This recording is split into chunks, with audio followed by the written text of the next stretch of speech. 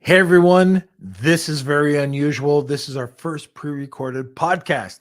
Anyways, this is Norm Farrar, aka the Beard Guy here, and welcome to another Lunch with Norm, the Amazon FBA and e-commerce podcast.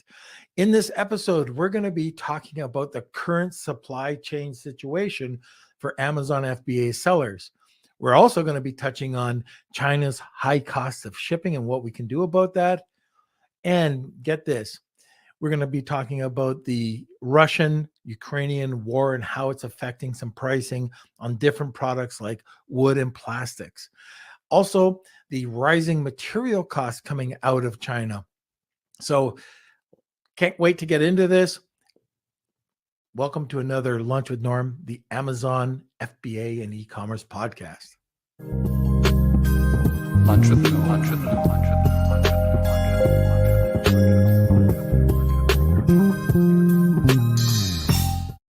Okay, like I said, this is something we've never done before. We want to keep the content going every Monday, Wednesday, and Friday at noon Eastern Standard Time. So this is something when I am traveling that hopefully will work out.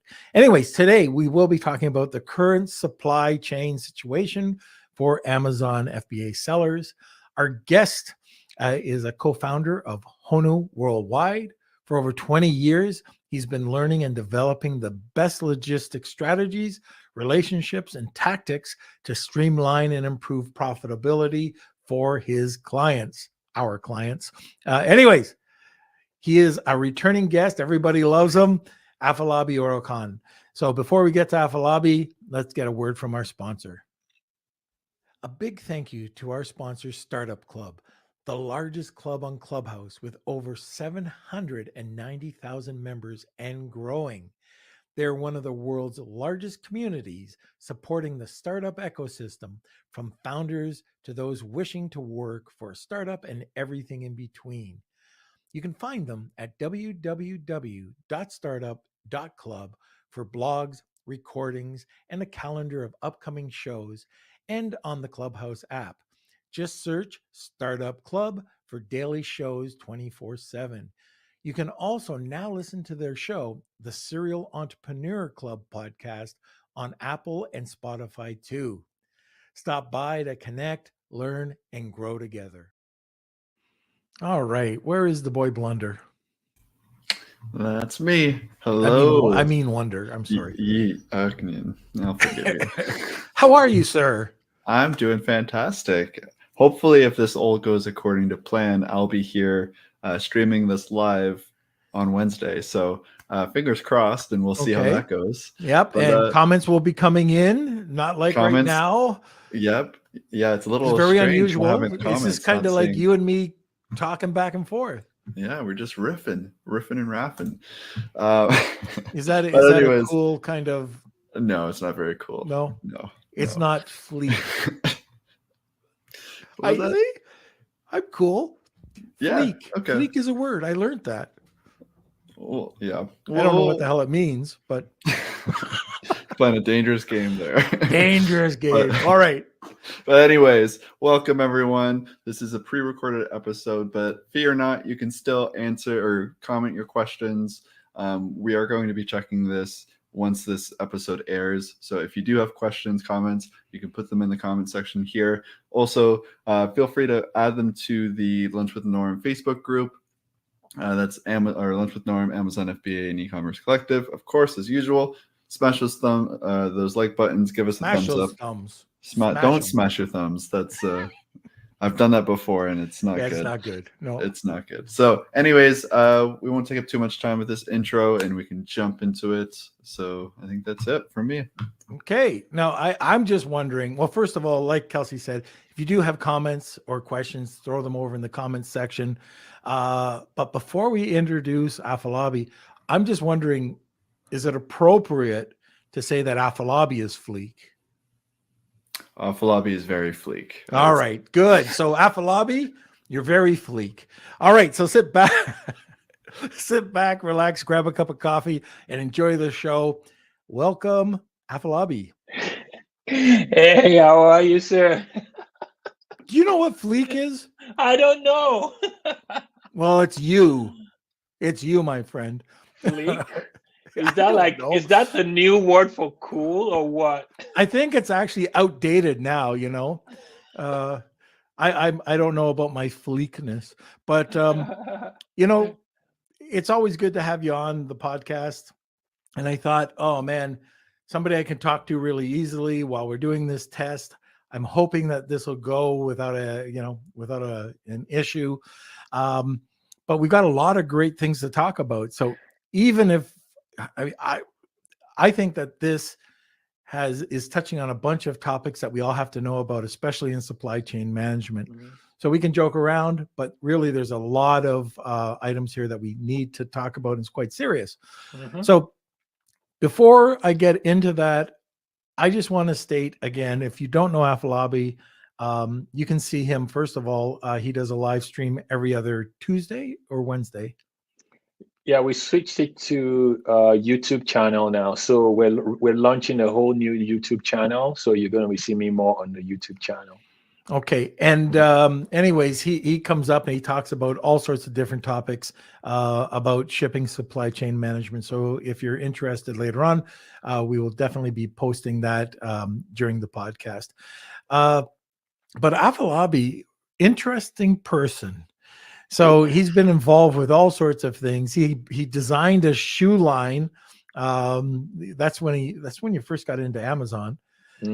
Amazon actually approached you when they were going at Amazon FBA and wanted to get your advice on what you thought about it.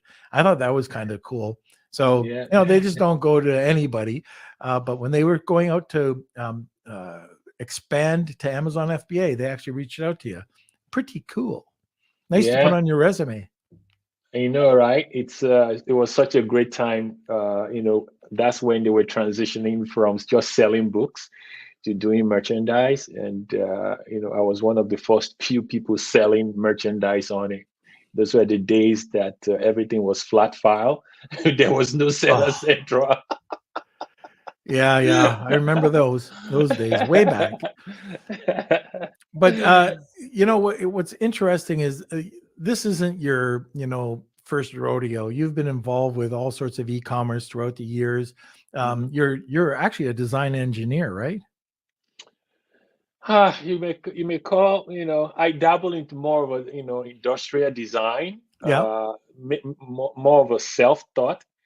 My training in school really was my first degree was in fashion. My other one, I also dabbled in industrial engineering in college, and then finally, I did product design. Okay, so I mean, and then you get into sourcing. Okay, I get it. All right. So let's get into this. So first of all, what's happening over in China right now? We're hearing all sorts of stories, as of this day of the recording, with China's COVID situation. What's happening?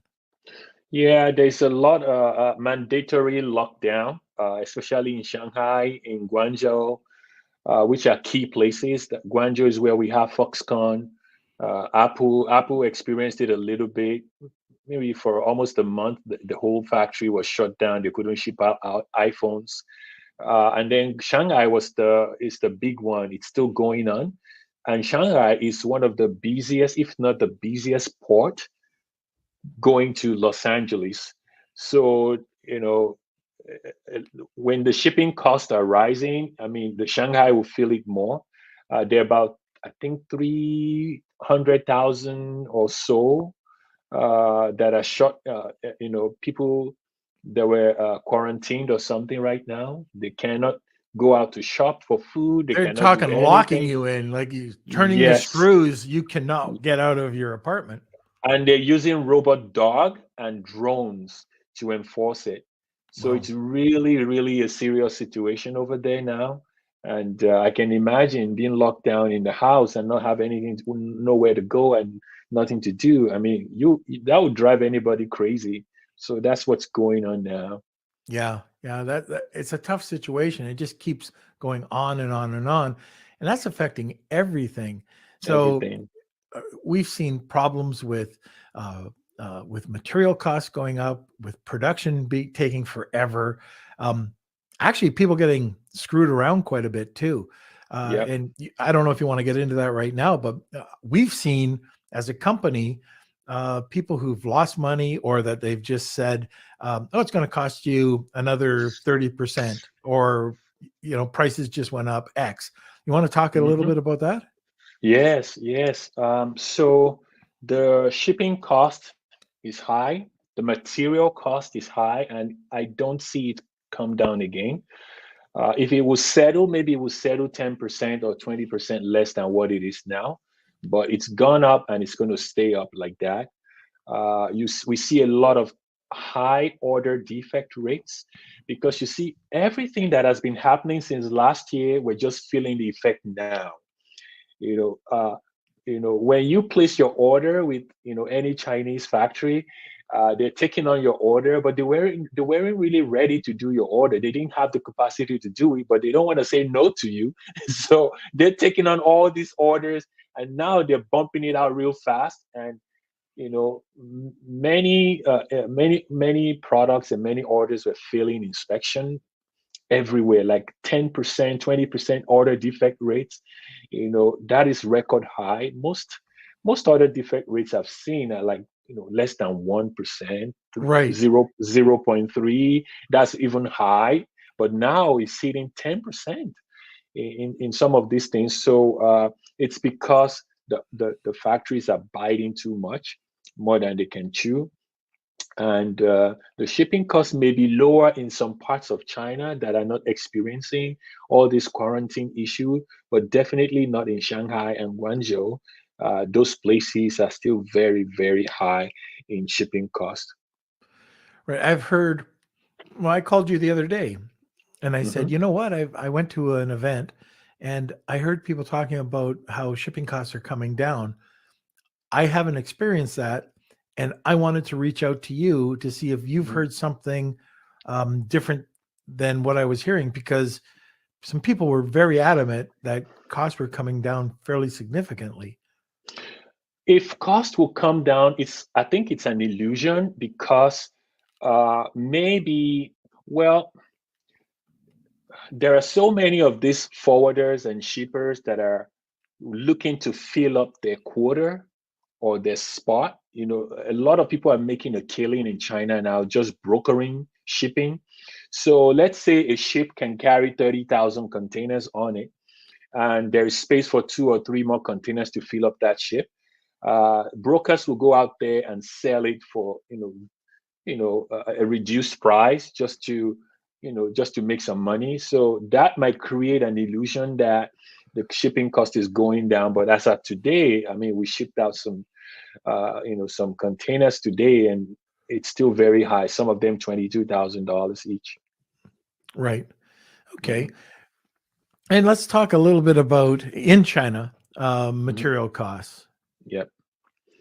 So material cost is almost a domino effect going on now. Some people might not see a lot of increase. I saw in some products, I saw like 10, 15%, and some products is up to 60 or 70% in material cost increases in across the board. But unknowingly to us, the material cost in China is actually worse now, because the Ukraine-Russian war actually added salt to the whole situation. Uh, so Russia is one of the largest exporter of wood.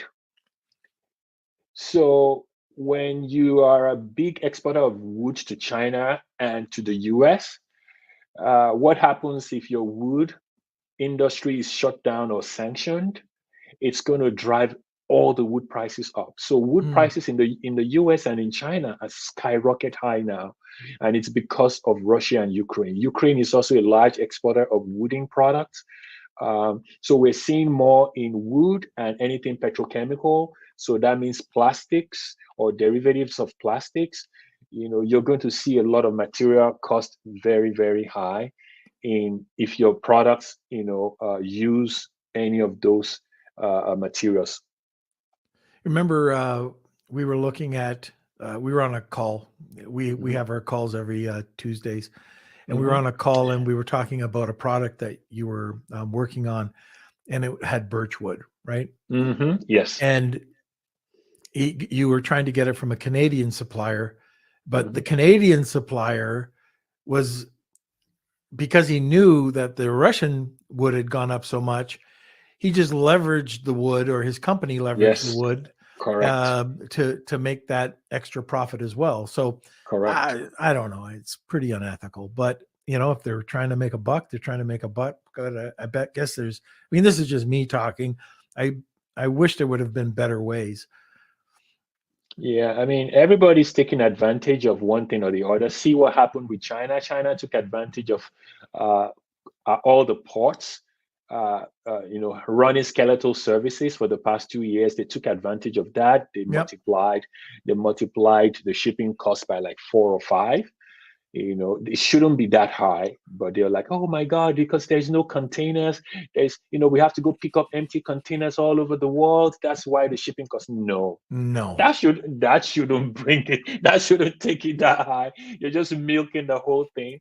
And so in the wood industry as well, now petrochemicals, believe it or not, Mercedes, I heard from my injection molding guy, Mercedes, Porsche, all the US automobile companies, German automobile companies, they're all bringing production onshore.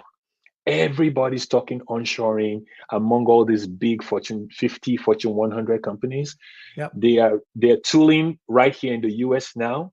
They're reopening all the tooling shops in Michigan, Ohio, Delaware, Texas.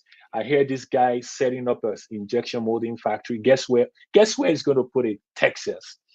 I'm like, why is he putting an injection molding factory in Texas? What is he doing? What is he looking at?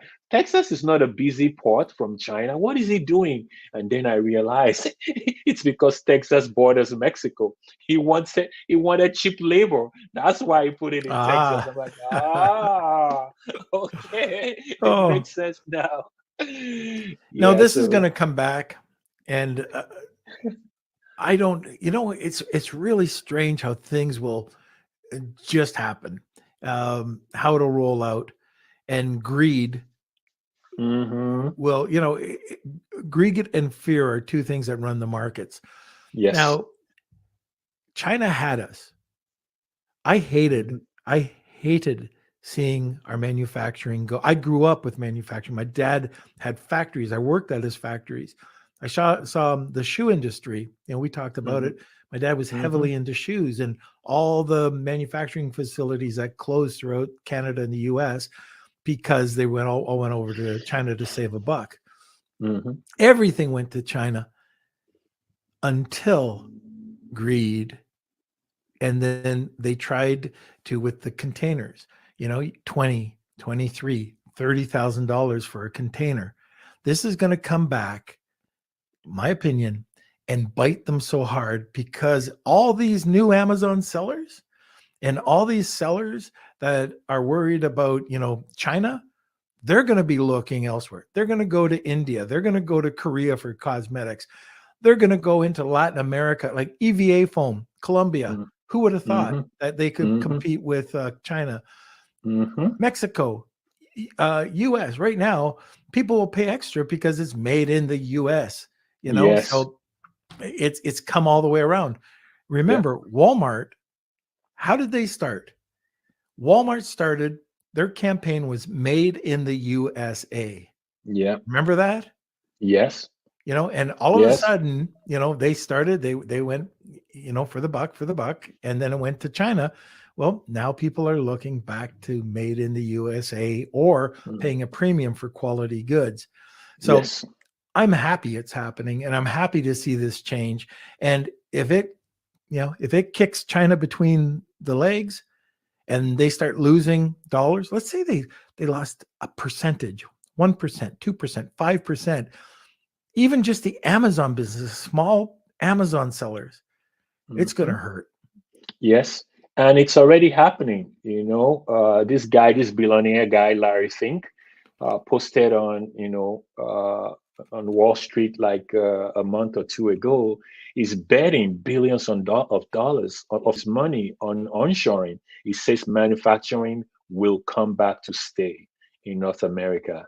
It could be US, it could be Canada or Mexico. It is here to stay, and everybody is gearing up.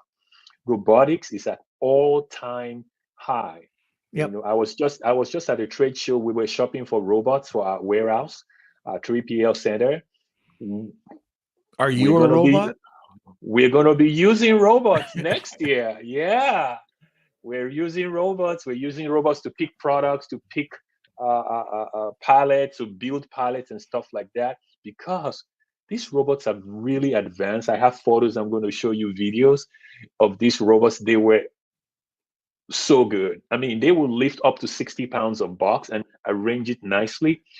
And I visited another wood factory today, actually, and I see all the equipment. It's all robotics, and it's here to stay.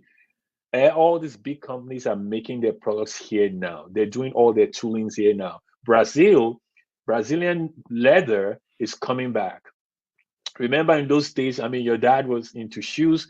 Anybody that had Brazilian leather shoes, I mean, you got to pay premium for it. Guess what? It's coming back. Yes, Brazilian leather is, they're coming back with the leather. Everybody's waking up. And like you said, I think it's going to bite China really hard, and it's here to stay. I'm enjoying the show. Yeah, I am too, and there's lots of opportunity, and we're kind of going on and on about this, but this is so important. You had somebody that you were working with, and they had a product that was manually assembled wood, and I'm not going to get into it. I don't want to give up any more than that, but you got it. And what happened was they outgrew their China facility. So you took a look at it and you said, okay, let's do it with a robot. So you came back and you went to a place that cut wood and designed this, assembled it, and it came back, 30 or 40% cheaper? Yep. Then going overseas and paying the Trump tax and paying the freight. So it actually became cheaper. And then you went one step further. And we talk about this a lot with when you're sourcing. Look for other materials. Like if you've got a plastic, well, maybe perceived value is glass, or if it's a wood or a plastic, make it a wood or aluminum or something. Yep. And that's what you did. And you took a look at a resin, and the resin made it that much stronger. Yep. And that was even cheaper than the wood production. Correct. So I don't know how much at the end that they sold. I forget what it is. But do you remember how much the at the end? What was the percentage of savings? About I think it was about 15%. If you were to factor in all the tariffs and everything. Yeah. And the products were better made here. The quality was better by far. And recently, I had this guy. He finally decided to change his material from wood. So we're using what we call a Sintra PVC. And he said to me, wait a minute.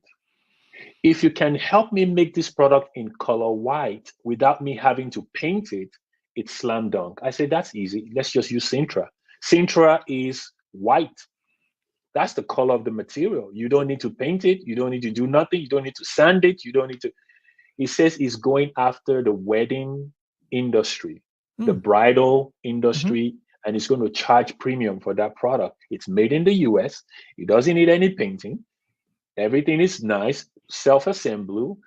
It's all robotic cutting, robotic finishing. It was perfect for him. It was like, oh, I never knew this was going to be possible. And the Sintra is made in the US. Yeah, and even for us. So a lot of people don't know this, but Afolabi and I have a bunch of brands.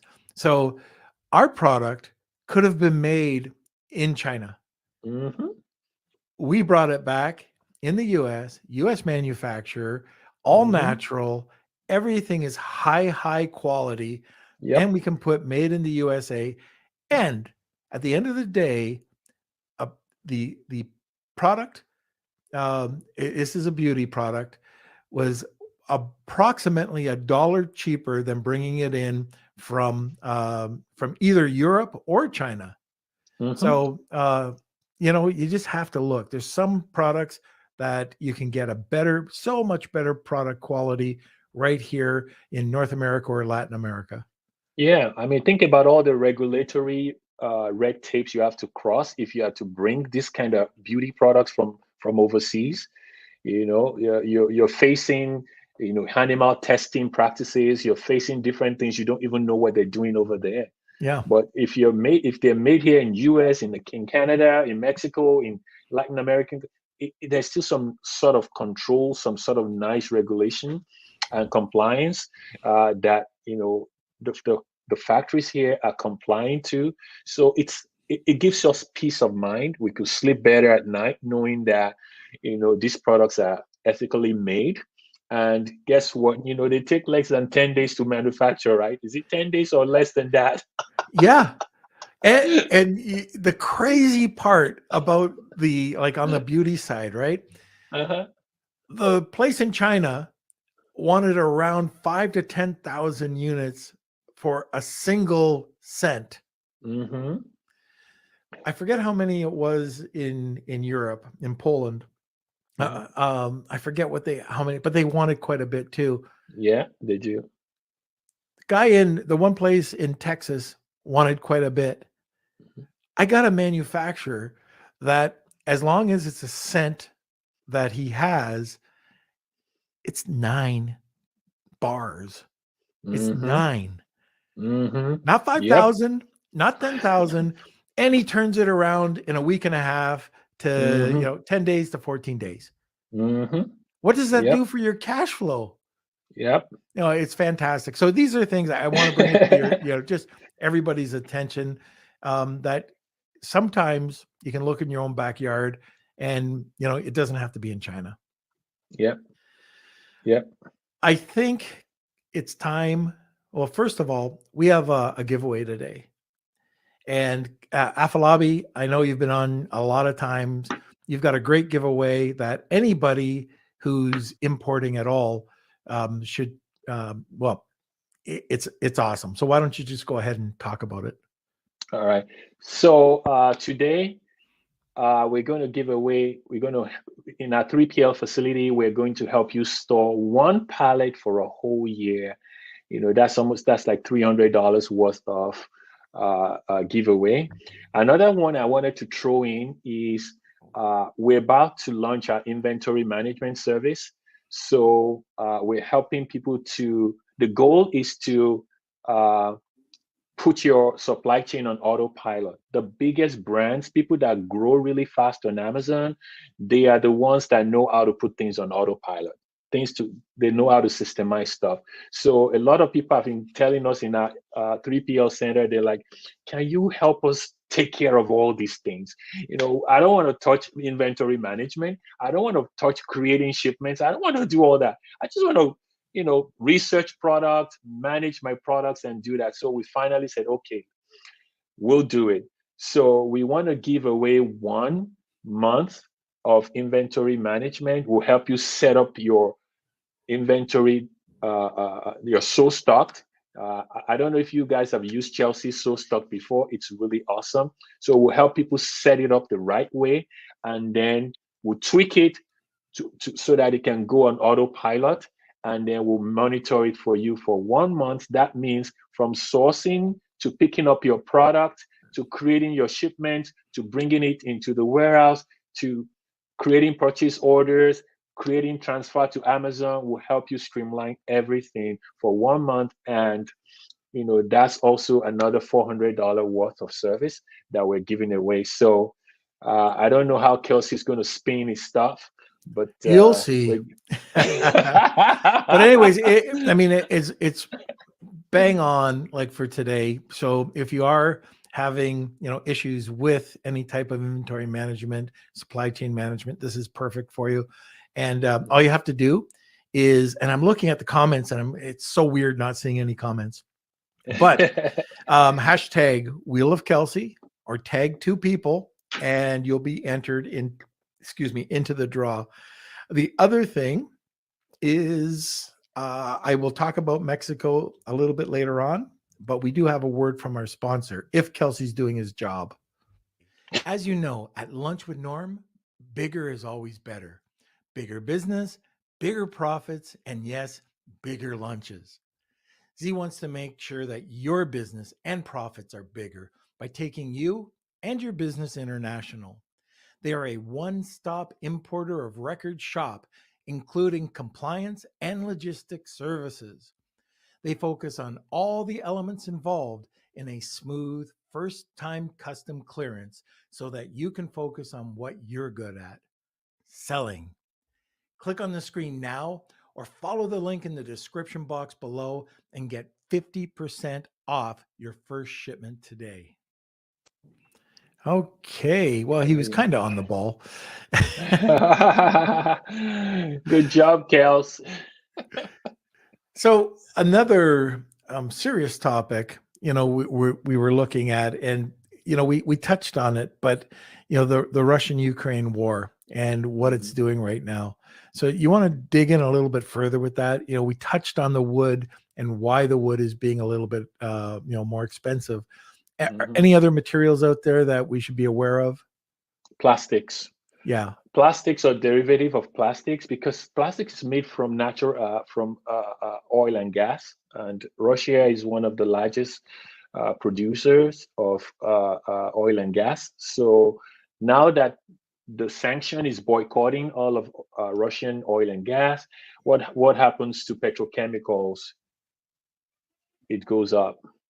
When it goes up, then the cost of your plastics go up, and China doesn't make, the US make a lot of plastic.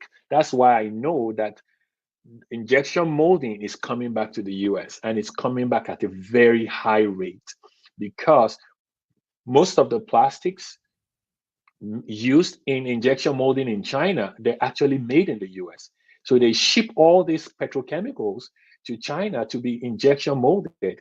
But now that the price of gas is up and petrochemicals are up, why bother to ship it across the sea only to ship it back as a finished product? Why don't you make your finished product here? So this Russian-Ukraine war is driving up the price of plastic. So if your product has any plastic in it, it's going to go up. It's going to continue to go up, unfortunately. Yeah, I guess another thing we should be talking about, and I believe it was yesterday, people are talking about whether I should raise my price because of the interest rates.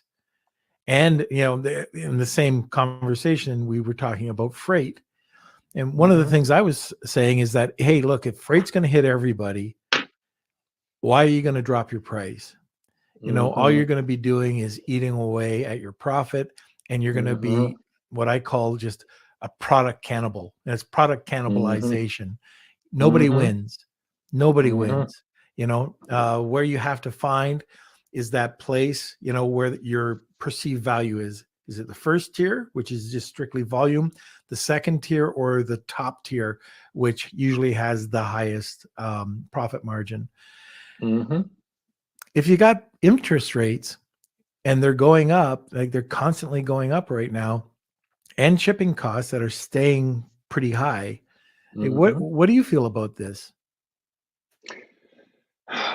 Two things is, the first one, you said that people should not be shy in raising their prices. If not, you're going to close shop eventually.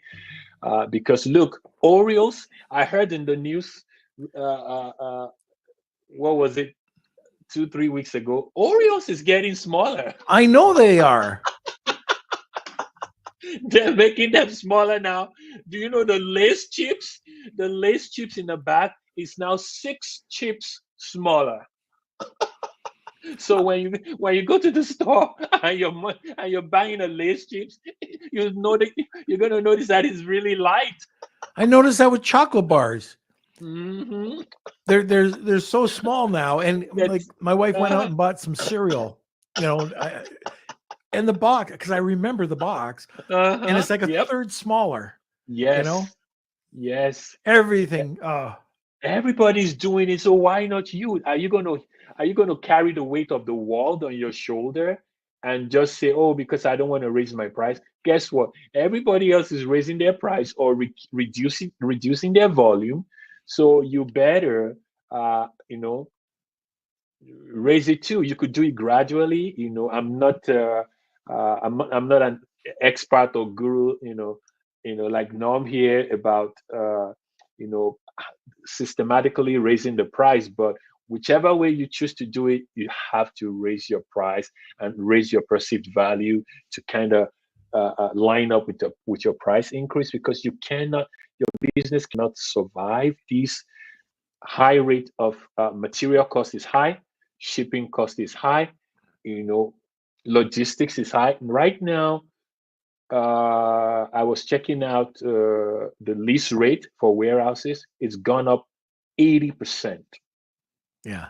80% from 2 years ago. In my area, they were leasing at $5.25 a square foot. Now it's $12. That's crazy. So if everything is going up, why should you sink with the ship? But you know what, Afolabi? Uh-huh. Just wait a year when inflation hits and it becomes instead of like right now, the market is so crazy. Something comes on, something comes on the market, it's snapped up right away. People are Mhm. overbidding. That same warehouse, give it a year and see what happens when the market changes. When Mhm. it's a seller's market rather than a buyer's market. Mhm. I think you're going to see that, and I think you're going to see that fairly soon. You're already starting to see that. But Mhm. anyways, we talk about so many things. Let's talk U.S., Canada, Mexico, and Latin America. Mhm. What are your experiences, and what are you seeing? Definitely, people are going back to work in the US, so that's good news. Mhm. Finally, people are, getting back to their senses and saying, you know what, we can't stay on free money forever. So let's get our behind up and go back to work. So that's been good. Now we're seeing people going back to work in the US. So it's good, and it's going to be supported by robotics, which complements very well. In Canada, I believe you guys are ramping up production as well. But the beautiful part of it is Mexico. Mhm. Mexico is now open for serious business. You make your product in Mexico and you just drive it all the way in. You don't have to board any ocean. You don't have to pay any tariff. You don't pay nothing. You just load it up and drive it over into the US with very minimal, tariff or even zero tariff. You get, good quality stuff. And I'm hearing that warehouses are opening up in Mexico as well. And also, even selling into Mexico is also going to be a big deal. Many people are not looking into that, but there are most of your products may cross culture. So look into that, and you can sell in Mexico as well. But manufacturing leather goods, injection molding products, which is plastics, really big in Mexico now. Before you know it, fashion apparel will be also very big in Mexico as well. So the three uh, uh, you know countries joining forces together, they are going to put a dent on China's dominance of the market. Yeah, and I think in Mexico, it is definitely a different culture than working in China. Mhm. China has this down to a science about business, Mhm. how to quote, what to do, the business Mhm. culture. Um, Even in the US. So in the US manufacturers, I don't know if you agree with this, but they're not used to dealing with Amazon sellers. Nope, they're not. They're learning about it, and they're starting to take smaller orders, but you really have to groom the manufacturer to really want to work with you. It's like going on to Walmart. Walmart doesn't take everybody. You almost have to sell them on your brand to get Yes. onto Walmart a lot of the times. Yes. That's the same thing with these manufacturers, that you have to, sell them that, hey, look, I need 1,000 units right now, but we're hoping that we're going to nail this and, pop it out of the park with a lot of promotion. And, maybe the next order will be 2,500 units, then 5,000, then 50,000, who knows? Mhm. But you do have to talk to them a little bit differently than over in China. Mexico, it's still getting, it's still, I would say it's getting there. You have to know a lot more in Mexico on how to deal with people. Mhm. It's just a different way of doing business, and it will catch up. I mean, Yeah. I saw that. I was in China, I was in Taiwan in the 90s. It was different. And if I was over in China back then, it was nothing. I mean, try to get a Coke back in the 90s, Yeah. So anyways, it'll change, and I think it'll go to the positive. And like I said about Latin America, there's so much going on over there. So pretty excited about what's happening. Another place people are not looking into is Europe. I see a lot of products coming out of Europe now. Yeah. It's unbelievable. Europe, Bulgaria, Romania, all those countries are starting to go really deep into manufacturing. They used to manufacture before. China took it away from them.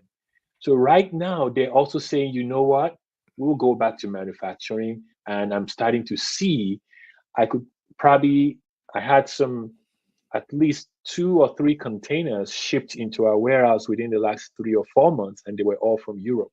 And very, very good quality products. And I was really happy. And I was like, where are you making all these? Netherlands, Romania, Poland, and France. They are stepping up.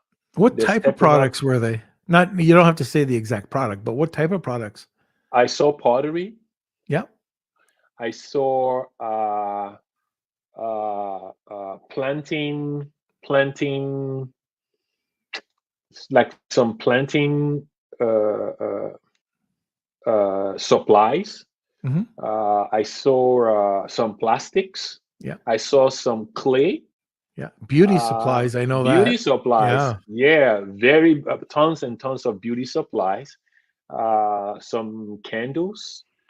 What else did I see from Europe? There was a significant amount, and they were just beautiful. They were just beautiful, Yeah. and they all have very high perceived value, and I was just so happy, and I gave those people kudos. I'm like, guys, I'm proud of you. I never thought that Europe could be a contender, but it's happening. And of course, chocolate. Yeah. Very good. And you know how much I like chocolate. I always get I know. the big bulk packages that you send me. Thank you. Yep. Now, something else, and we talk to people, and this is why it's so important to listen to updated, versions of the podcast or any YouTube video that you're watching about Amazon, because we were telling you last year to put and store, and different ways to store product in Chinese warehouses. Mm-hmm. So what are your thoughts on that this year? No. If you have anything in China now, just take it out, and make sure it's on US soil. If you have to put it under your bed, put it in your garage, put it in your storage, put it in your 3PL, wherever you got to put it, I would say take them out now, because things are just so volatile in China now with the quarantine. It's not about the people of China. It's just about the situation of things going on there. You don't want to run out of stock. You're already paying hefty shipment price. People are saying, oh, maybe the shipping cost is going to be lower. No, not now. We already said it last year that before we can see shipping costs go down, it's probably going to be Q3, and that's exactly what's going on. Mm-hmm. It might be Q3 or Q4 or Q1 next year before we even see maybe 5% reduction in shipping cost. It's already happening. We see that all our predictions last year are now coming to pass. So don't leave anything in any China warehouse unless you want to sell to China. If you're not selling to the Chinese market, take it out fast Right. and bring it on US soil so that you can be ready to sell to people are spending money. That's the good thing in America. People are spending money, even though the interest rates are high and everything, but people will buy consumer goods every time. Yeah, I bought a hamburger the other day. You know how much it was? How much? Hamburger and chips. And I'm not talking Kobe beef hamburger. Okay, I went out, got a $15. hamburger. How much? Easily $15. 23. Wow. And it wasn't like a gourmet restaurant. It was $23. I never thought in my wildest dreams that I'd be paying that for a burger. Wow. It wasn't a double burger. It was a burger. $23. $23. Does it come with soda? It didn't. I had to buy that on top of it. It was fries. And then you're getting to $27 for a full meal. Yeah. You could go to McDonald's back in the day when I remember the first one that came to Canada. You could feed a family of 5 for $10. That's anymore. what that was their ad campaign. Anyways, last question. And this is going to be a little bit off topic, but you just did something recently, and a lot of people don't know about it, but you just sold a brand.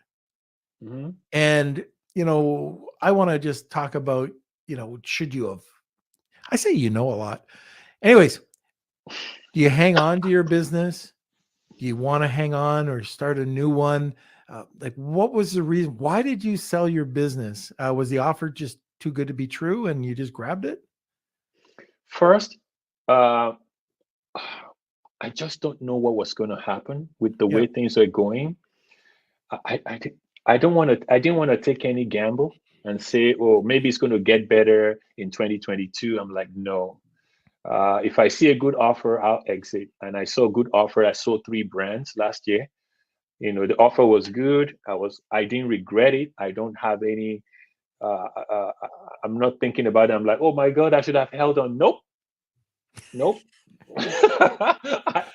I wanted to focus on things that I can predict and have some sort of control. And I felt I was losing control of China because I couldn't just predict what was going to happen anymore. To me, that was a warning sign for me to get out. Yeah. So, and that's what I tell people: don't be emotionally attached to your brand. If you can't raise your price and you're starting to lose money because if you raise your price, you're afraid people might not buy or whatever, then get out, exit, Right. and go start businesses that you can manufacture in the US, in Canada, in Mexico, or some sort of places you could control. Right now, the China market, I just don't seem to be able to vouch for it at the moment. You're seeing order defect rates are going high. The suppliers are telling you, they're not going to redo your product. If you like, take what we have. If you like, don't take it. That's your problem. That's what suppliers are saying now. Some of these factories over there. So I just felt that there's no more trust and control. So I went out looking for a good deal, and I found one. I'm like, oh, I'm gone. So I'm happy now that we can do stuff that at least we have some high degree of control, making it here closer to home. And then, even with the brands that we have, everything is US made, everything. Yep. And a matter of fact, we don't know if this brand is going to be formed yet, but the other lab that we're looking at is in Canada. So a high-end lab. So anyways, we wanted to make sure that we could have quick turnaround. We could we knew the pricing, we knew the quality, we knew the perceived value, and at the end of the day, we pretty much could know what people were willing to pay because of our competitive analysis. And we just jumped 4 feet into it. Yep. Right? You are 2 feet. I'm 2 feet. 4 feet into it. So hopefully that works out. I'm sure it will. If it doesn't, I'll have Afolabi on again, and he'll be crying. But anyway, okay. So a couple of things. We've got the Wheel of Kelsey again happening. Afolabi is going to provide a 1 skid, 1 pallet in his warehouse, and that's roughly a $300 value. If you've already satisfied with your 3PL, he also has an inventory management system. It's a $400 value that he's set up for many clients, but it's from start to finish. Like, you'll actually have him help out and train. So it's incredible. Like what he was working on before, and Chelsea Cohen. I think it's something that once you get your hands on it, you won't let it go. It's just going to help you so much and save so much money. But that is #Wheel of Kelsey. Tag 2 people, and we'll get going with that. I think we have one more word from our sponsor. Is that correct, Kels?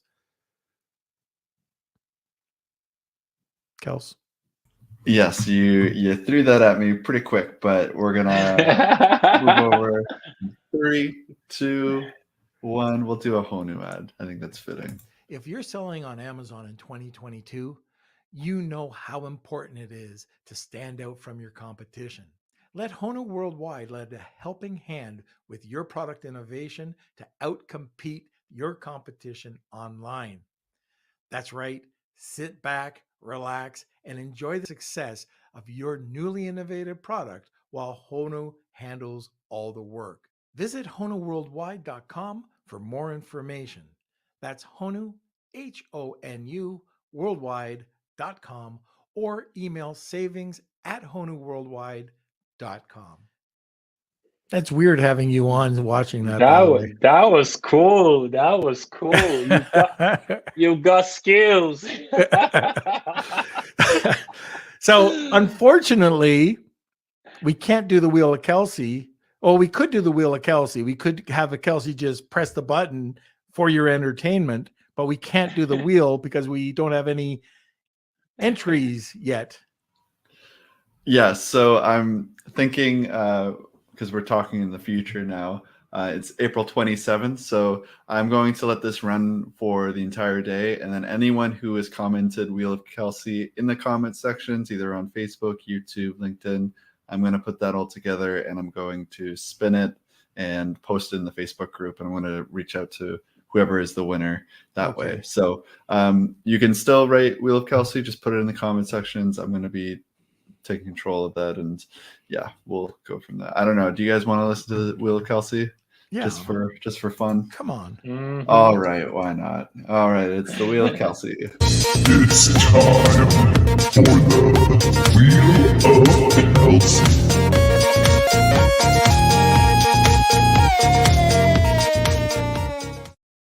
Now I'm happy. Yeah.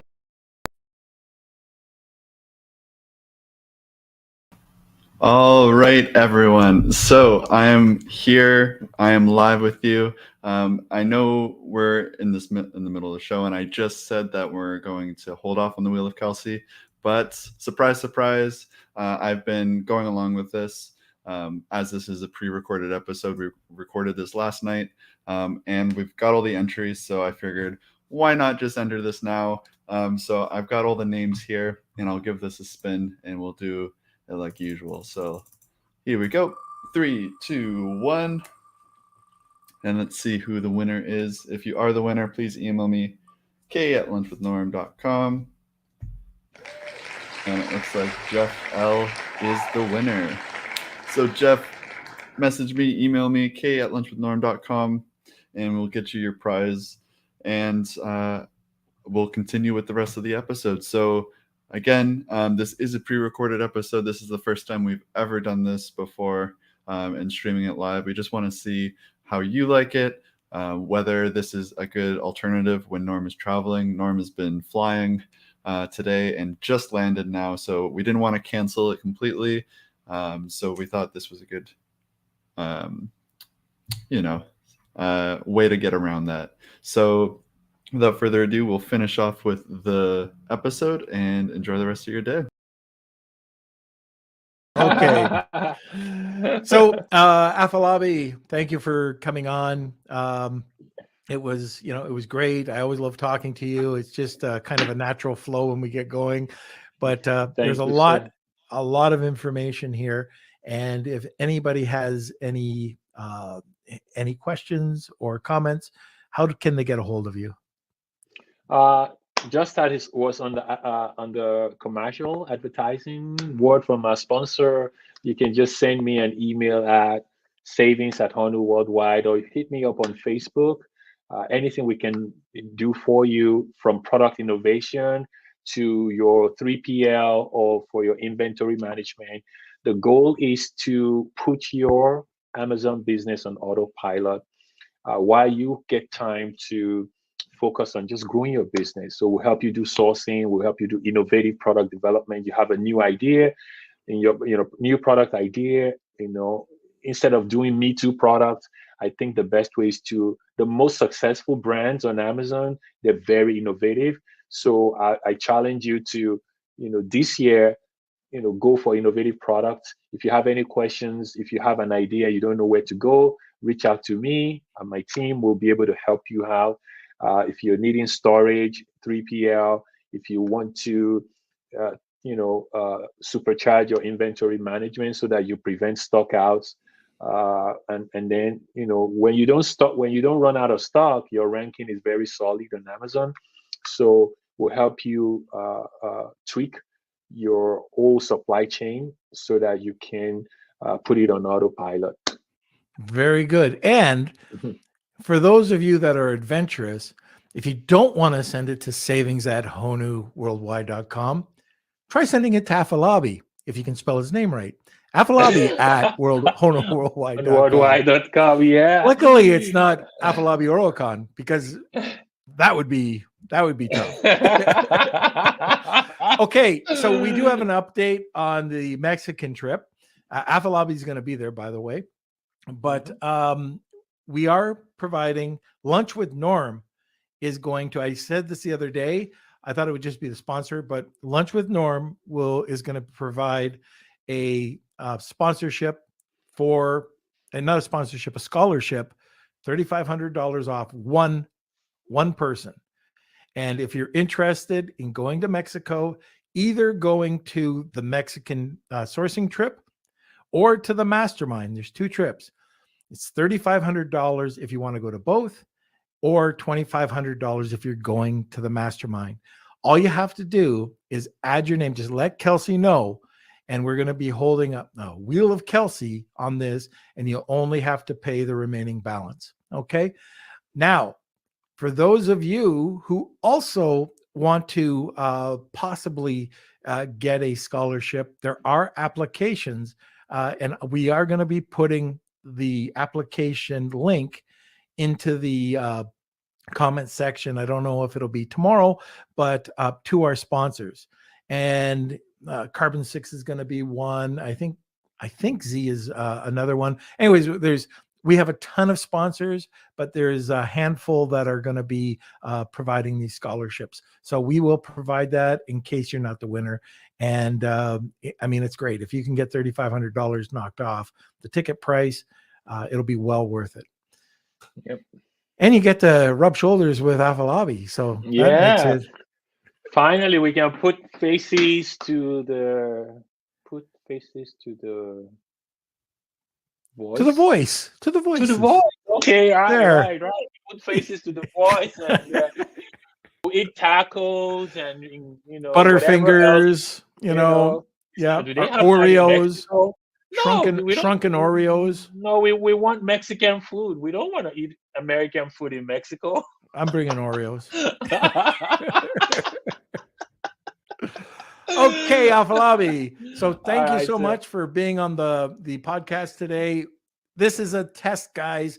We want to see if this works. I do a lot of traveling, and now that everything is coming back and all these events are coming back, we want to make sure that we have you covered with content while I'm gone. So just let us know in the comments how this is working out for you.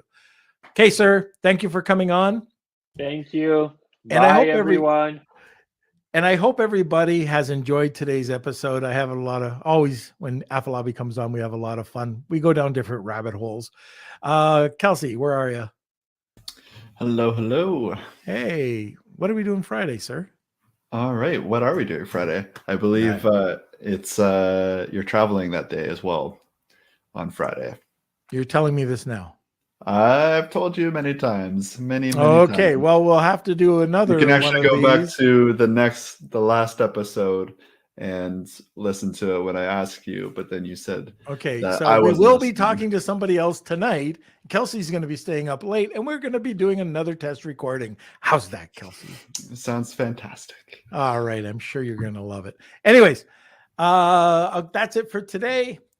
Thank you, everybody. Join us every Monday, Wednesday, Friday at noon Eastern Standard Time. Smash those likes. Do whatever Kelsey says about social media. Ring a bell. Subscribe, then ring the bell. Right, Kels? That's right. Okay, Smash I'm those like getting it. buttons. I'm getting it. Okay, and thank you, everybody. It's so weird not seeing everybody, but I know you're going to be there. We love you as a community. We couldn't do it without you. Enjoy the rest of your day. And hopefully we can do another one of these podcasts Wednesday or Friday. See y'all later. Entrepreneur.